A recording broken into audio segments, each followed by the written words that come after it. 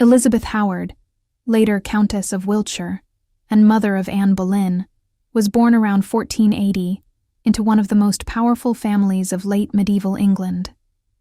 She was the daughter of Thomas Howard, Earl of Surrey, who would later become a duke, and his wife Elizabeth Tilney, a lady deeply connected to the royal court.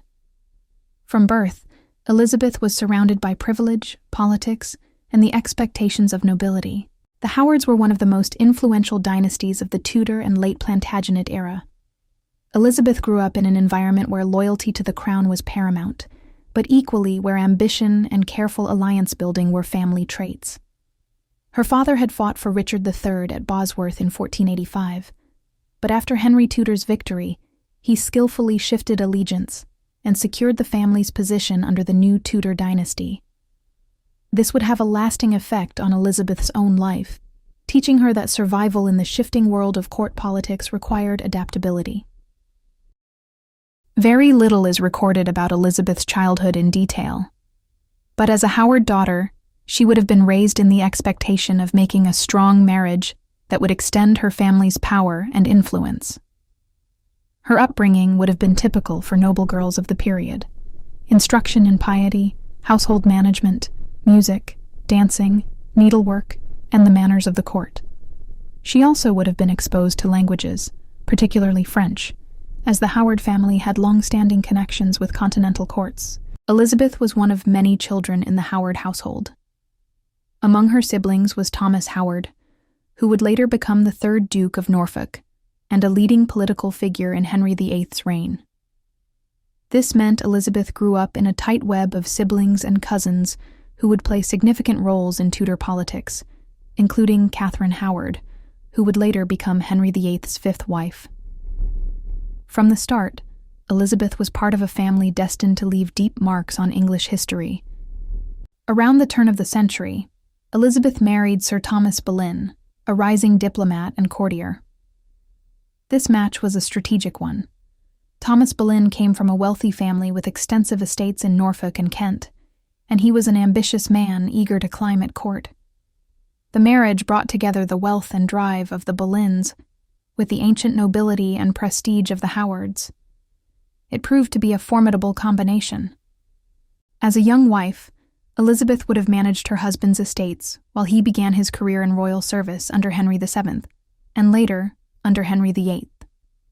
She bore several children, including George, Mary, and Anne, though the exact order of their births is debated by historians. Elizabeth herself served at court, probably in the household of Queen Elizabeth of York, and later in the service of Queen Catherine of Aragon. It was here that gossip began to cling to her.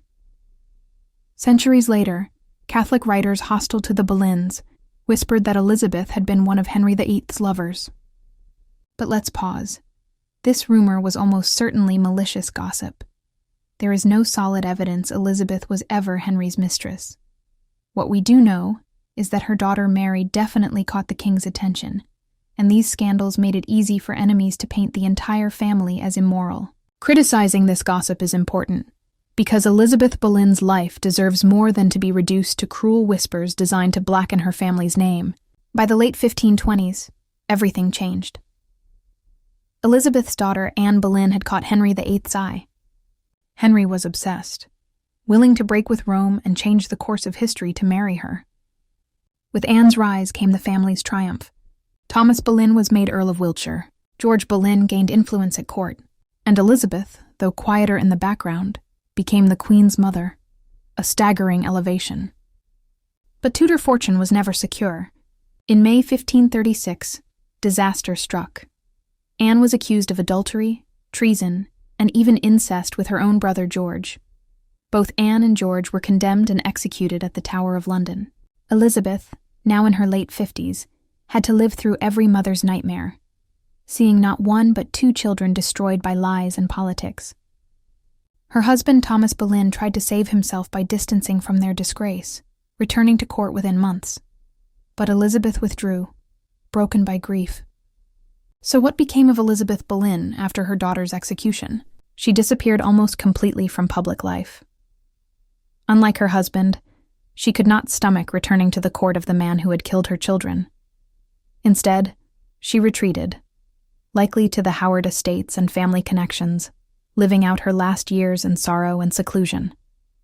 She died on 3rd April 1538, just 2 years after Anne and George's deaths. She was buried at St. Mary's Church, Lambeth, today the site of the Garden Museum in London. Elizabeth Boleyn's life is one of quiet tragedy. She gave birth to children who would shape England's destiny. She saw her daughter crowned queen, only to see her beheaded by the same king who placed the crown upon her head.